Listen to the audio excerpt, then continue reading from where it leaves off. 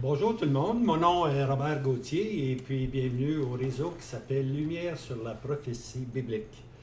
On commence notre numéro 19 aujourd'hui, hein, et puis je veux simplement commencer. On va mettre ça premièrement qui appelle Quarter Screen, là, un petit médaillon dans le coin à droite, le voilà. OK, on va de l'avant maintenant si je ne me trompe pas.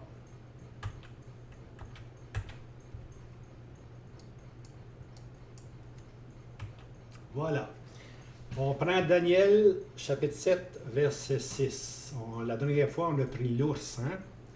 Et puis l'erreur de l'ours, c'était de traverser la mer Méditerranée, puis d'aller dans le Nouveau Monde, pour ainsi dire, où les Grecs étaient, et puis les attaquer.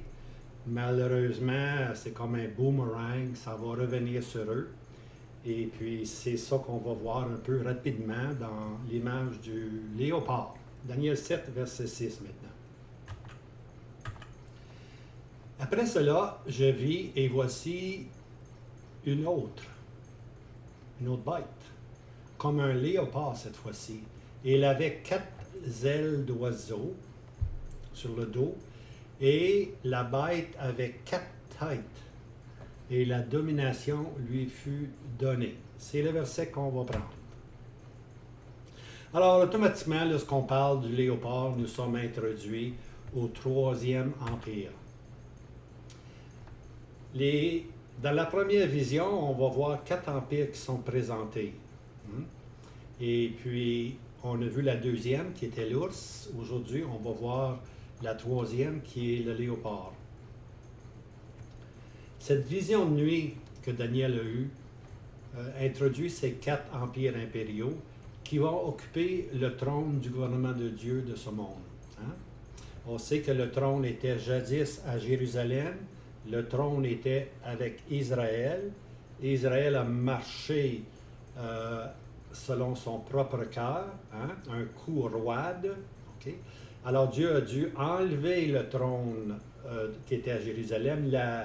On lit dans Ézéchiel que la nuée qui était dans le temple, hein, la nuée ou la gloire, s'en est allée, premièrement au seuil de la porte, après ça dans les rues de la ville, et finalement sur la montagne, la nuée a disparu. Ça voulait dire que Dieu n'était plus avec son peuple terrestre, que Dieu prenait maintenant le gouvernement qui jadis leur appartenait, et l'est maintenant transféré à ce qu'on appelle les nations. Est-ce que les nations vont faire mieux? J'en doute. Alors, il y a 4 empires qui vont représenter les nations. Alors, comme je disais, Israël est mis de côté, la gloire a quitté le temple. Et puis, dorénavant, à partir du moment où Nebuchadnezzar a saisi le temple et emmené captif le peuple des Juifs, Israël est maintenant connu sous le nom de Goïm. Goïm, ça veut simplement dire nation païenne. Les Juifs appelaient les gens autour d'eux, les gens autour d'eux, ils les appelaient les Goïm, des nations païennes. Eh bien, Israël, ou les Juifs, Juda spécifiquement, et puis Benjamin ont fait pire que les 10 tribus que leurs sœurs. Ils ont fait pire que leurs sœurs. Tellement que même les païens ne faisaient pas ce que les Juifs faisaient. Alors, ils sont devenus une nation païenne. Et ils vont porter un nouveau nom qu'on appelle, le nom c'est Lo-Ami, pas mon peuple. Vous allez m'entendre parler souvent de ça. C'est important de saisir qu'Israël est Goïm. C'est une nation païenne. Dieu les voit au même niveau que les autres nations. Dans ses conseils, c'est autre chose. Dans ses conseils, Dieu va les bénir. Puis ils vont être la première des nations. Il n'y a aucun problème pour les conseils de Dieu à cause des pères, à cause des patriarches. Abraham, Isaac, Jacob. Dieu va bénir son peuple, mais dans son gouvernement, dans sa façon de gouverner, d'agir justement, correctement, Dieu ne pouvait plus permettre qu'Israël ait le trône de Dieu. Alors le trône lui a été enlevé, la gloire est partie, et puis c'est maintenant les nations qui vont prendre ou devenir le trône de Dieu sur la terre. C'est-à-dire que Dieu va gouverner à travers les nations. Maintenant, les nations ne sont pas libres de faire ce qu'ils veulent. Ils doivent se marcher sous la soumission de Dieu. Mais les nations, comme on l'a vu dans les autres vidéos, les empires deviennent des bêtes. Hein? Ils ne font que regarder à terre, ils ne regardent pas vers Dieu. C'est le trait caractéristique des 4 empires, des bêtes. Alors là, on est rendu à la 3e bête, qui est le léopard. Maintenant, pour confirmer cette terminologie de Goïm et puis la terminologie de Lo-Ami, je vais vous donner les passages qui nous l'enseignent. Goïm, comme je disais, nation païenne. Jérémie 25, verset 15. C'est Dieu, là. C'est Jéhovah qui parle à Jérémie. Car ainsi m'a dit l'Éternel, le Dieu d'Israël, prends de ma main la coupe du vin de cette fureur. En autre mot, la coupe, c'est une coupe de fureur. Dieu veut faire boire sa coupe de fureur aux nations païennes. Et tu en feras boire à toutes les nations auxquelles je t'envoie. Alors, Jérémie doit partir avec la coupe, puis aller frapper aux portes des différents rois, puis leur dire de boire cette coupe-là, dans la coupe de la fureur de Dieu. Mais remarquez bien, verset 17. « Et je pris la coupe de la main de l'Éternel, et j'en fis boire à toutes les nations auxquelles l'Éternel m'envoya. » Alors, il y a peut-être 15, 16 nations, et les Édomites, les Moabites, les Philistins, ils doivent tous boire la coupe de courroux de Dieu, hein? La coupe de sa fureur. Mais remarquez bien, les premiers à boire la coupe, c'est bien ça, vous lisez bien, Jérusalem et les villes de Juda sont les premières à boire cette coupe. Dieu les voit comme des nations païennes. Dieu voit Jérusalem, Dieu voit Juda comme Goïm des nations païennes.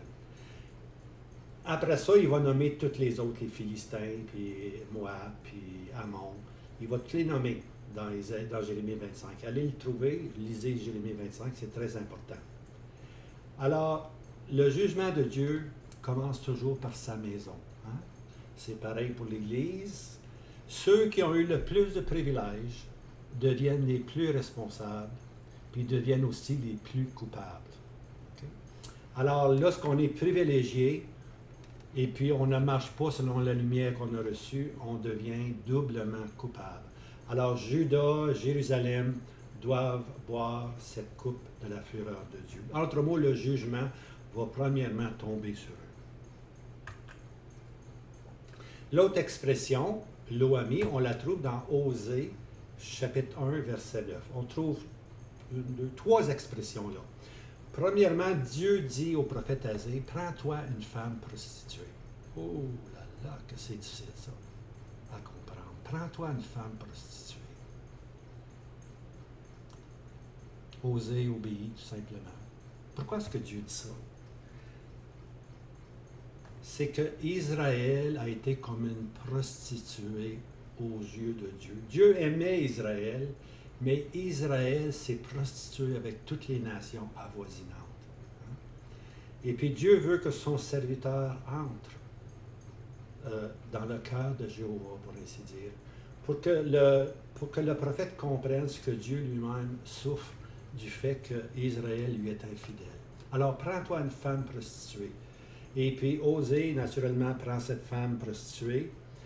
Et puis, il y a des enfants avec elle. Le premier s'appelle Jisraël, ce qui veut dire « je vais te parsemer ». Je vais te semer à travers tous les mondes. Je vais t'envoyer, je vais te parsemer. OK? Je sèmerai. C'est ça que ça veut dire, Jisraël. Le deuxième, c'est Lo-Rukama, qui veut dire « plus de miséricorde ». Hein? Dieu dit, je ne ferai plus de miséricorde. Je vais te parsemer, je ne te ferai plus de miséricorde. Et puis finalement, Dieu dit, le troisième enfant, il s'appelle Lo-Ami. Hein? Et elle sevra Lo-Rukama, c'est-à-dire la femme d'Osée, sevra Lo-Rukama. Et elle conçut et enfanta un fils. Et l'Éternel lui dit, appelle son nom Lo-Ami, car vous n'êtes pas mon peuple et je ne serai pas pour vous. Alors, Lo-Ami veut dire pas mon peuple, not my people anymore. Okay? Lo-Ami veut dire pas mon peuple. Alors, Israël n'est plus le peuple de Dieu. Dans son gouvernement, Israël n'est pas le peuple de Dieu. dans les conseils éternels de Dieu, Israël est toujours le peuple de Dieu. Puis Israël, comme je disais, va être placé à la tête et non plus à la queue.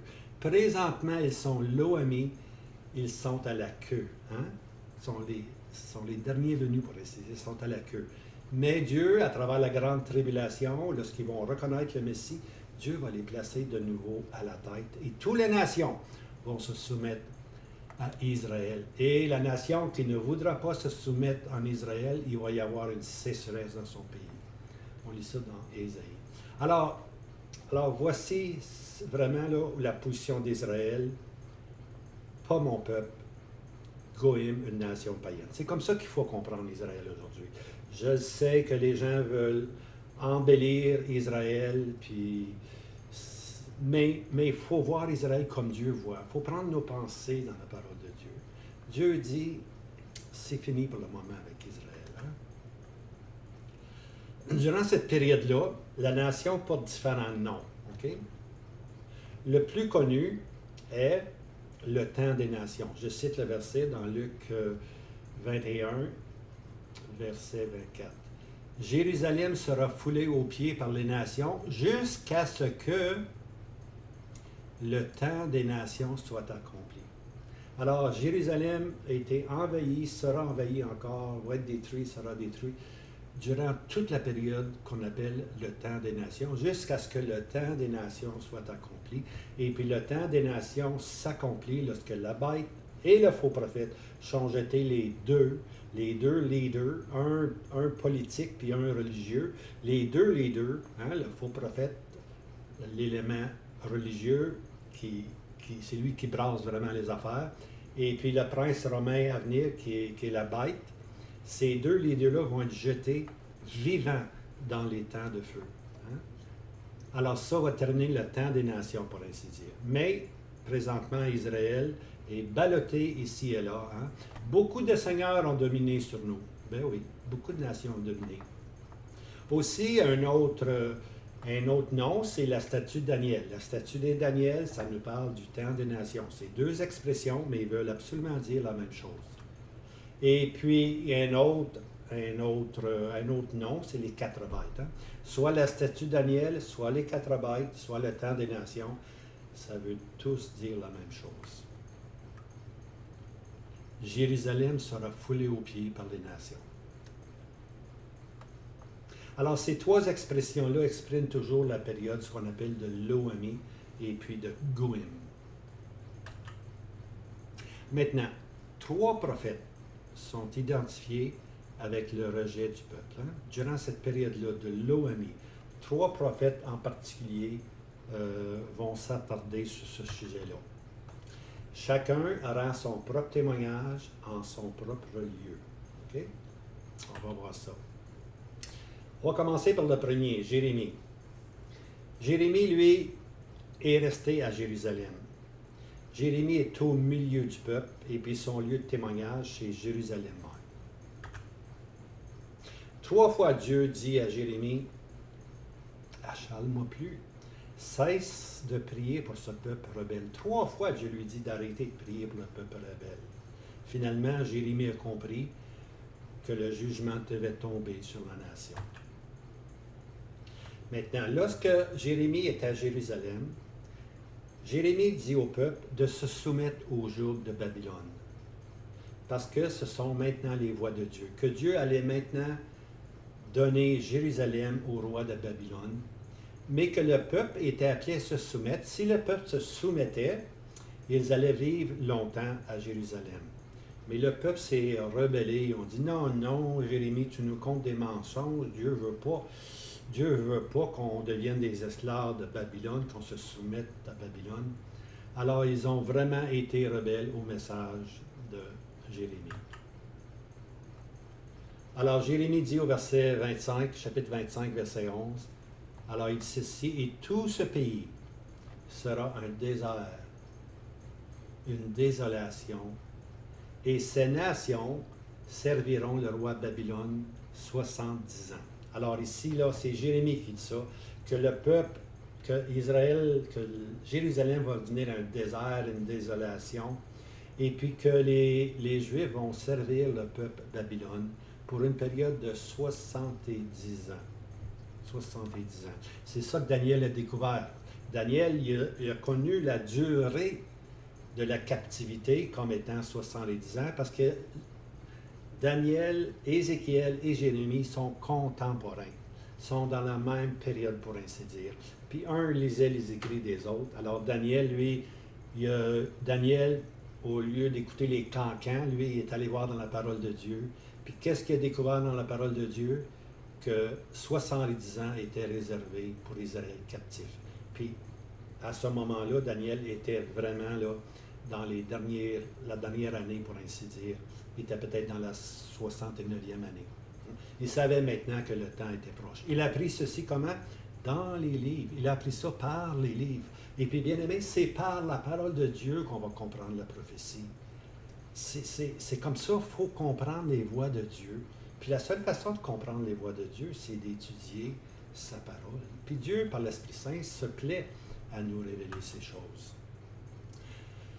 Par contre, lui, Jérémie n'ira pas à Babylone, mais il va être emmené en Égypte. Hein? Parce que ceux de Jérusalem vont l'emmener avec lui en Égypte. Et puis, il va mourir en Égypte, tu vois, tout simplement. Il va aller... Israël a toujours eu cette caractéristique-là de se confier dans les nations auprès d'eux. Au lieu de se confier à l'Éternel, il se confiait en Égypte. Un roseau froissé, hein? Un roseau, ça n'a aucune force. Tu mets les mains sur un roseau, puis il casse. Non seulement il casse, mais il trempe, le bout rentre dans ta main, un roseau froissé. Hein?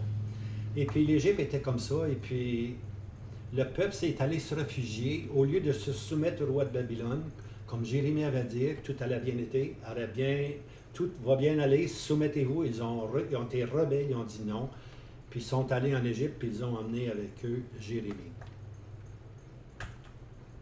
Alors le prochain, c'est Ézéchiel. Alors le premier, c'était Jérémie. J'ai mentionné un autre, Daniel, contemporain, mais il y a aussi Ézéchiel. Hein? Alors le prochain, on va prendre Ézéchiel. Lui, Ézéchiel, c'est un peu différent. Lui, il est au milieu des captifs en Irak. Hein?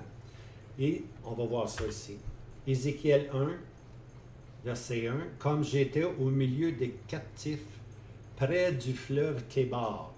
Ce fleuve-là, c'est un fleuve en Chaldée, en Babylone ou en Irak aujourd'hui. Alors, c'est là qu'était Ézéchiel. Il était à Babylone, pour ainsi dire, dans la région de Babylone. Alors, quand est-ce qu'il était là? C'était la 5e année de la transportation du roi Jéhoïakim. Alors, si on se rappelle les autres vidéos que j'ai données dans le passé, on a parlé des 3 conquêtes, hein, des 3 conquêtes que Nebuchadnezzar a fait sur Jérusalem. La dernière, c'était la destruction de Jérusalem. Mais la première, il a simplement emmené des personnes avec lui. Donc, le roi Joachim est allé à Babylone et avec lui était Daniel. Puis avec Daniel était aussi Ézéchiel. Maintenant, lorsque Daniel était emmené captif, Daniel était jeune. Moi, je dirais 12, 13 ans peut-être. Mais Ézéchiel, lui, était plus vieux. Ézéchiel, on va le voir ici, là. Et la parole de l'Éternel vint expressément à Ézéchiel, le sacrificateur. Alors, Ézéchiel était un sacrificateur, il était plus âgé que Daniel. Il était fils de Bouzi, dans le pays des Chaldéens, près du fleuve de Kébar, et la main de l'Éternel fut sur lui. Alors, Ézéchiel était plus âgé, Ézéchiel était sacrificateur, puis Dieu va parler maintenant à travers ce sacrificateur. Puis on lit ceci, c'est pas souvent qu'on lit ça. Moi, j'ai l'impression, là, si quelqu'un peut trouver mieux, j'ai l'impression que c'est la seule fois qu'on voit les cieux furent ouverts. On le voit beaucoup dans le Nouveau Testament, les cieux furent ouverts sur le Seigneur Jésus, Étienne, etc., etc.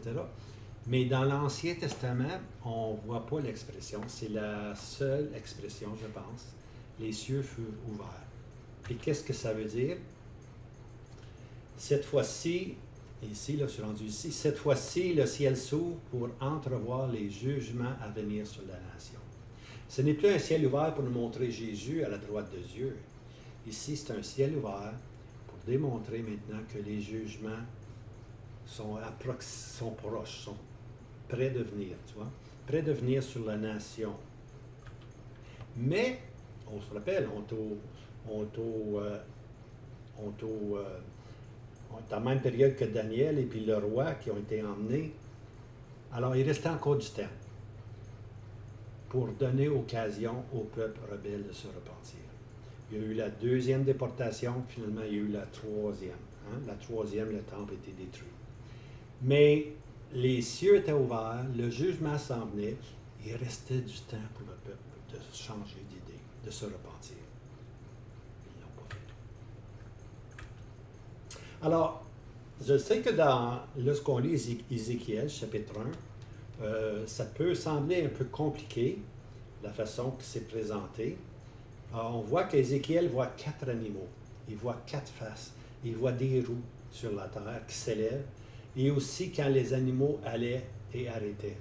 Alors, les roues suivent tout simplement les 4 animaux, les 4 faces. Qu'est-ce que ça veut dire ça? Tout simplement, cette vision-là, c'est une vision qu'il y a eu, donne un aperçu du gouvernement divin de Dieu et en sa providence. Okay?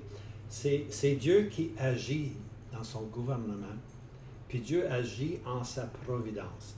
C'est-à-dire que Dieu agit secrètement, mais il reste toujours en contrôle. Dieu agit à travers le monde, à travers les présidents, à travers les premiers ministres. Dieu agit avec les rois de la terre selon ce qui lui semble bon. Les rois de la terre pensent qu'ils ont toute autorité, mais si vous lisez dans Zacharie, je pense au chapitre 6, les 4 chevaux qui représentent les 4 empires sont libres de se promener, d'aller et de venir, mais ils sont encerclés, pour ainsi dire, par 2 montagnes d'airain. Okay? Alors, les 2 montagnes d'airain nous démontrent les bornes que Dieu a établies pour sa nation. Ils pensent qu'ils peuvent faire tout ce qu'ils veulent, mais sont limités par les montagnes d'airain. Alors, c'est pareil aujourd'hui. Dieu agit dans sa providence. Son divin gouvernement agit dans sa providence. C'est ça qu'on voit dans ces images-là, 4 faces, les roues, tout ça qui s'entrelacent.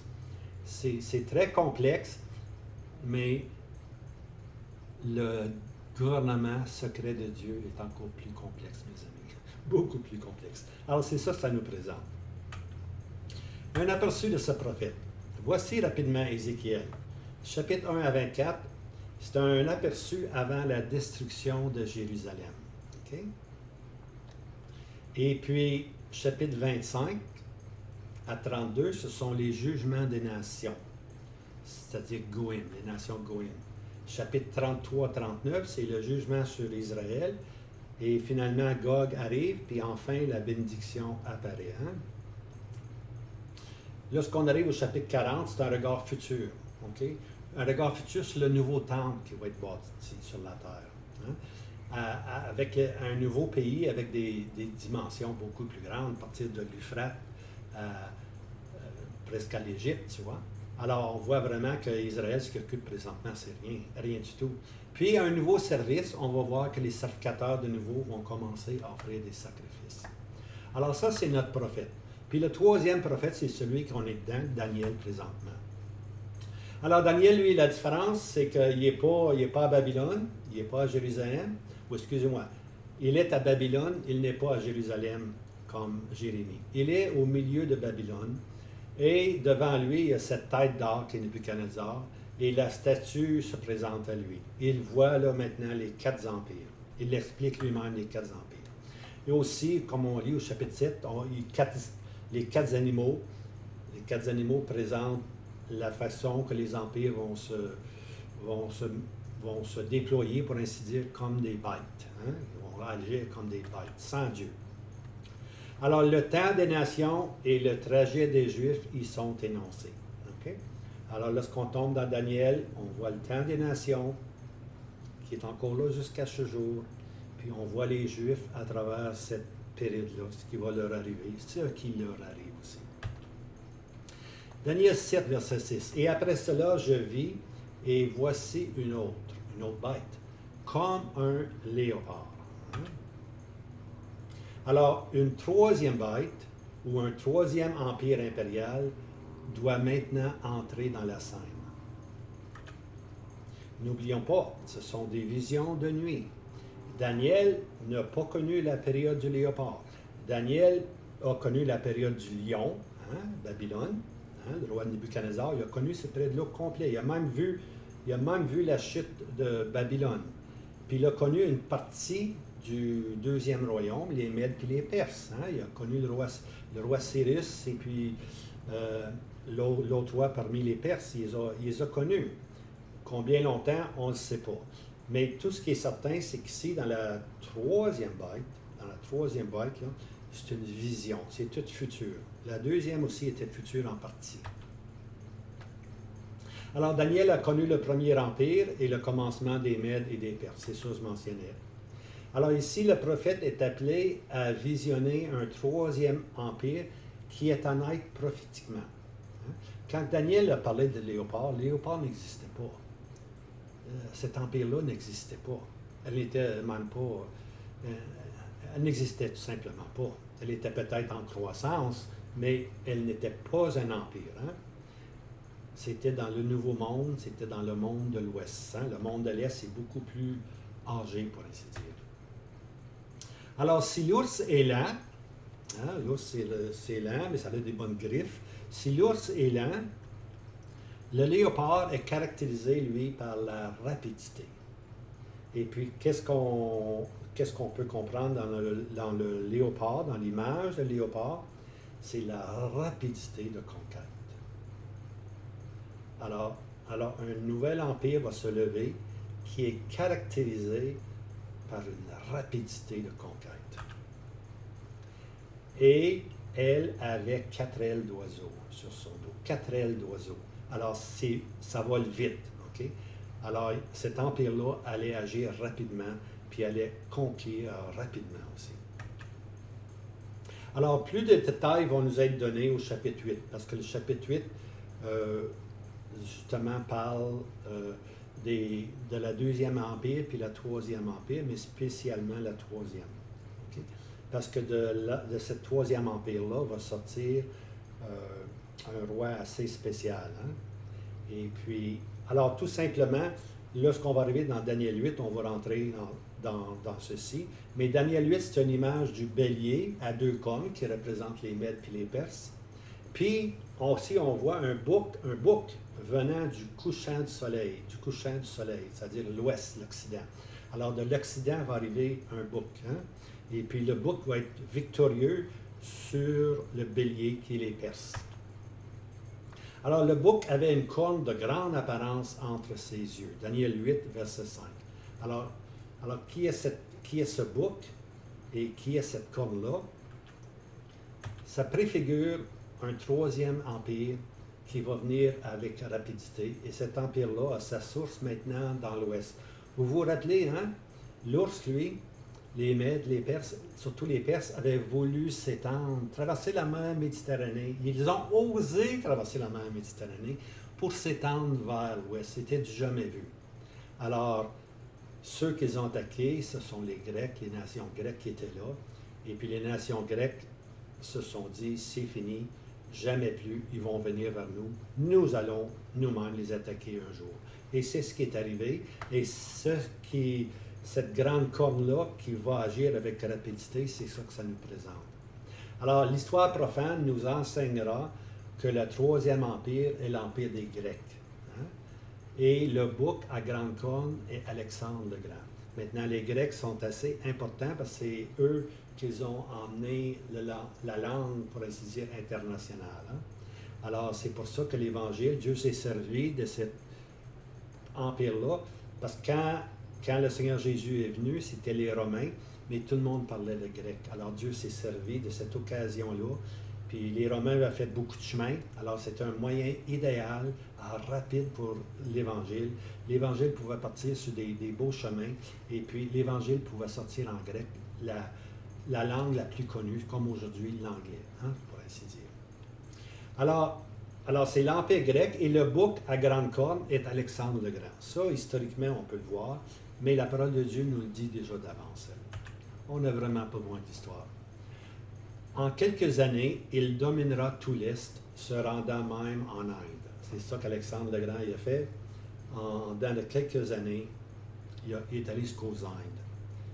Malheureusement, dans toutes ces activités-là, la maladie l'a pris.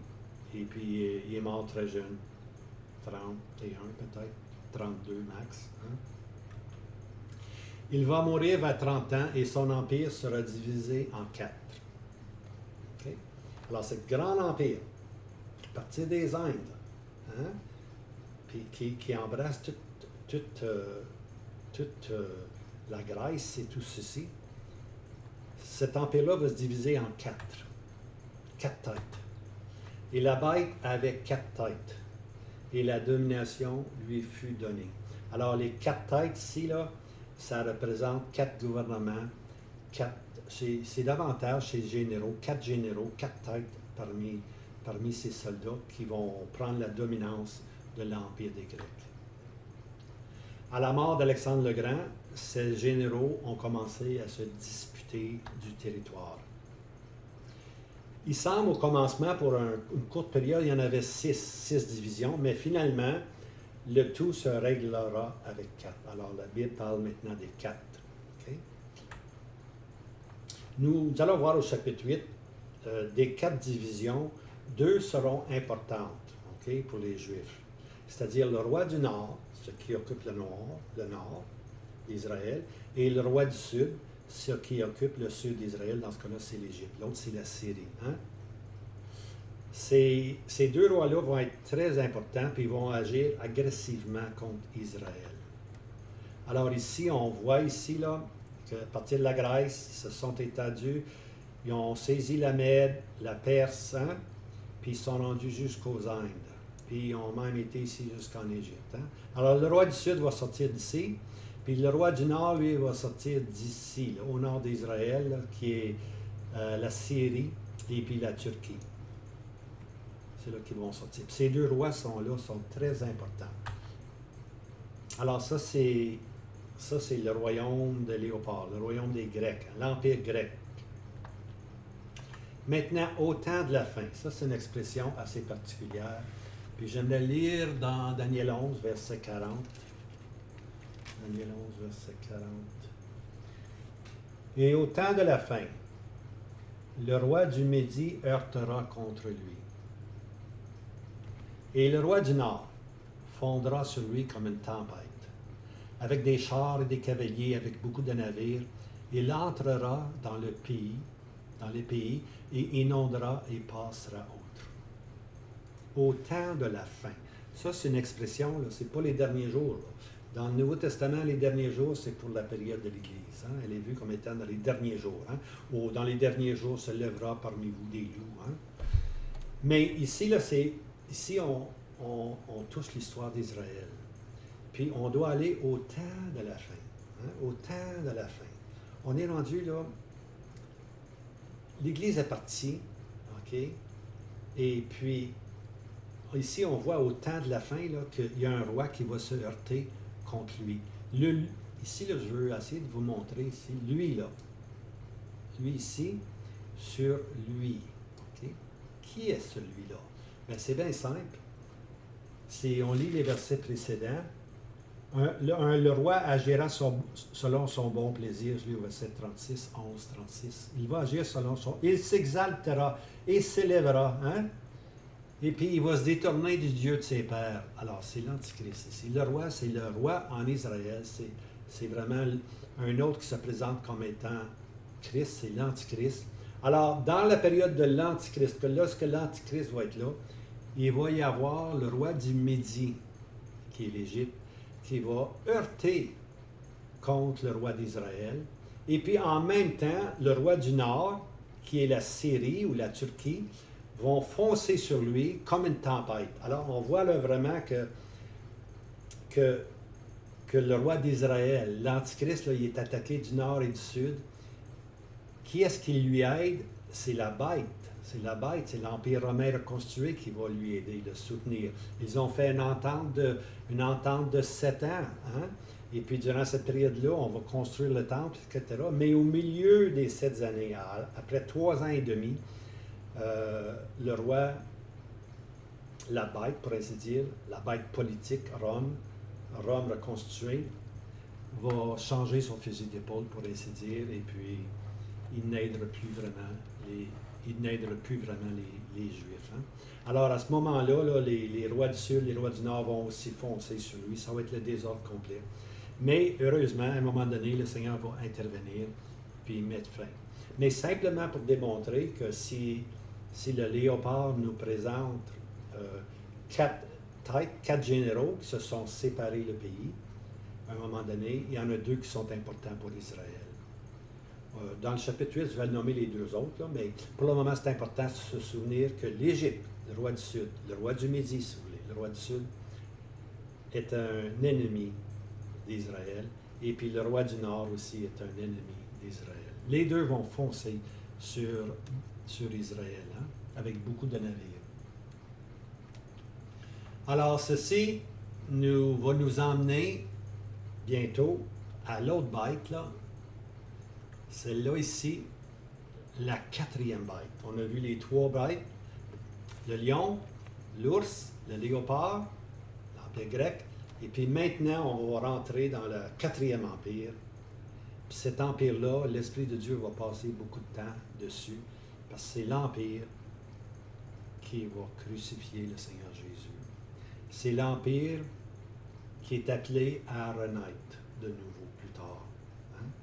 Et puis, ils vont encore se rebeller contre le Seigneur Jésus.